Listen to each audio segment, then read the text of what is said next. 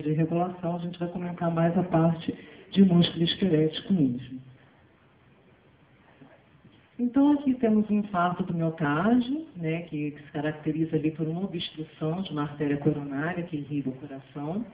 Então, essa obstrução acaba causando uma deficiência no fornecimento de sangue, consequentemente de nutrientes e oxigênio para alguma região do coração. Então, isso gera uma lesão tecidual, né, que se caracteriza ali por uma necrose numa determinada região do tecido. E esse tecido necrosado, ele, então, depois vai ser substituído por um tecido cicatricial e esse coração ele vai ficar prejudicado, ele vai perder a sua função ali como uma bomba e esse quadro vai acabar evoluindo, né, para o que a gente chama de insuficiência cardíaca congestiva, onde esse coração ele vai ficar dilatado, ele vai perder um pouco ali da sua espessura, né, ele vai ficar maior, mais dilatado e não vai conseguir bombear adequadamente sangue para o corpo.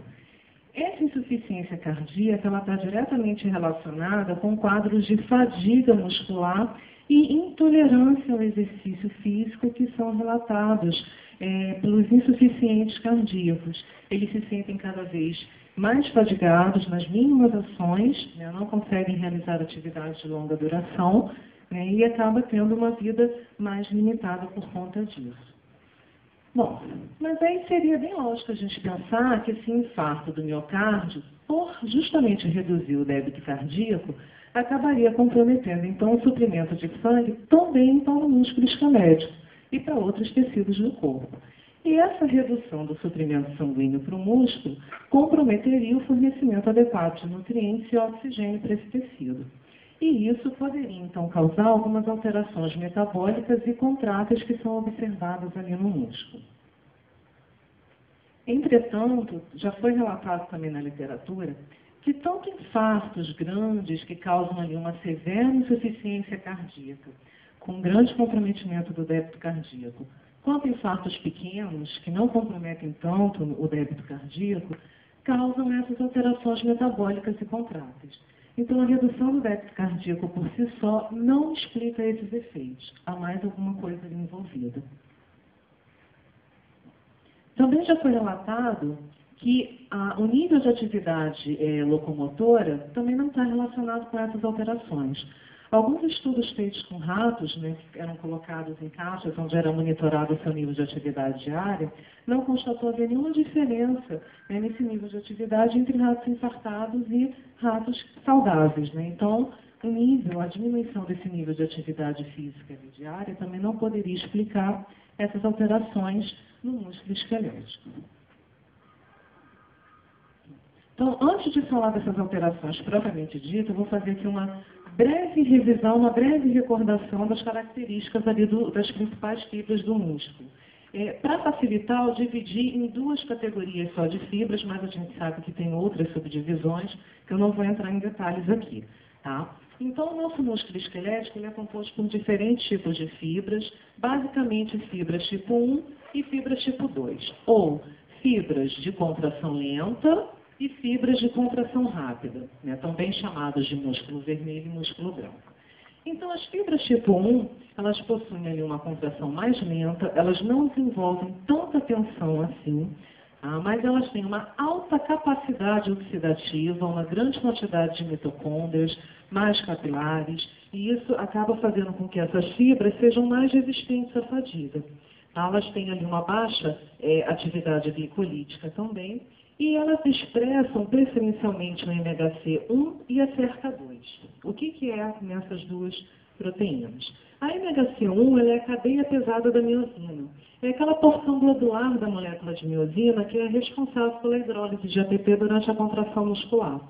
E a SERC é a bomba de cálcio do retículo sarcoplasmático, que é responsável pela captação, pela remoção do cálcio ali do citoplasma, devolvendo esse cálcio para o retículo durante o relaxamento muscular. Já as fibras tipo 2, elas são fibras, então, de contração rápida, elas têm uma alta capacidade glicolítica, um baixo metabolismo oxidativo, elas geram muita força, têm uma capacidade maior de gerar tensão, porém, elas não resistem tanto, né, a um exercício de longa duração, elas entram rapidamente ali em fadiga. Elas expressam, né, o MHC tipo 2 e a SERCA1. E aí a gente vem falando, então, de alterações metabólicas e contráteis no músculo, e aí chegou a hora da gente ver quais são essas alterações. Tá? Então, basicamente, né, o maior músculo ali afetado na insuficiência cardíaca é o músculo oxidativo. Esse músculo ele começa a trocar o perfil dele, ele deixa de ser um músculo mais oxidativo e apresenta uma característica mais glicolítica. Então, o que é observado é uma diminuição na quantidade de fibras tipo 1 e um aumento nas fibras do tipo 2, isso por histoquímica, por atividade metabólica. Tá?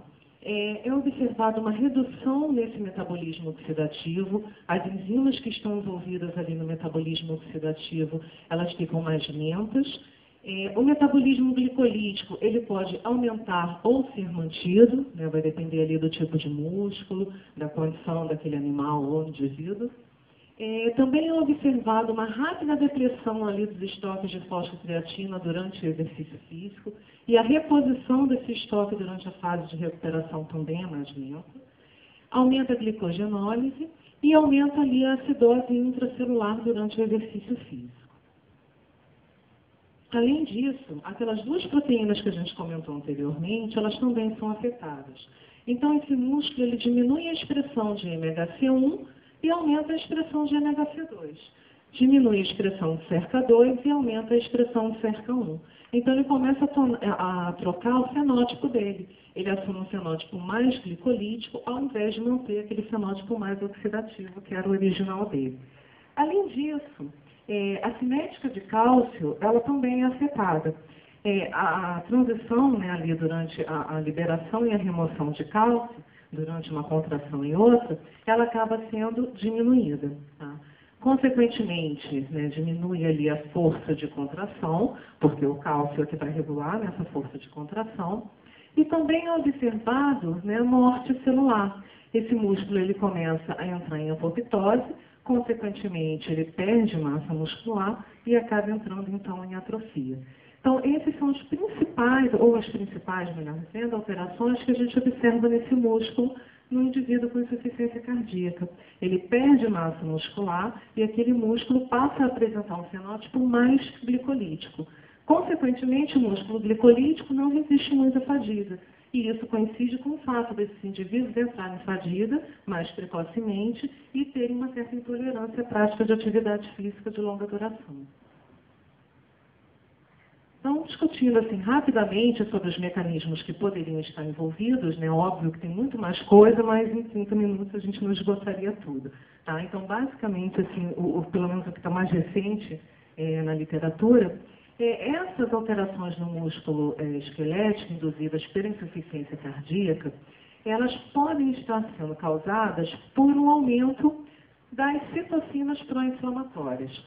Nós temos dois tipos ali de citocinas no nosso organismo. As pró-inflamatórias, que causam inflamações, e as anti-inflamatórias, que impedem esses efeitos inflamatórios. Então, basicamente, aqui na insuficiência cardíaca, o que a gente observa é um aumento de TNF-alfa, interleucina beta, interferon gama, e essas citocinas, elas podem estar ali mediando, regulando outros fatores de transcrição, que levariam, então, à apoptose, à morte celular, e poderiam interferir também na integridade do citoesqueleto daquela célula e a redução da massa muscular. Além disso, na insuficiência cardíaca, também já tem sido relatado, uma alteração da calcioneurina. A calcioneurina é considerada um fator que ela pode ser regulado tanto pela via de maquinases quanto pela via dos receptores beta-adrenérgicos. Então, de repente, uma pessoa que tem um tônus simpático aumentado, que tende ali a uma hipertensão, ela pode ativar essa calcioneurina e isso pode também induzir outras alterações ali no músculo. E essa calcioneurina, ela está intimamente relacionada com a hipertrofia cardíaca patológica, né, com aquelas alterações que acontecem no coração após o infarto do miocárdio, mas ela também regula outros fatores de transcrição que estão no músculo esquelético, como NF-beta, né, outros fatores que interferem na característica daquela fibra muscular. Então, dependendo da forma com que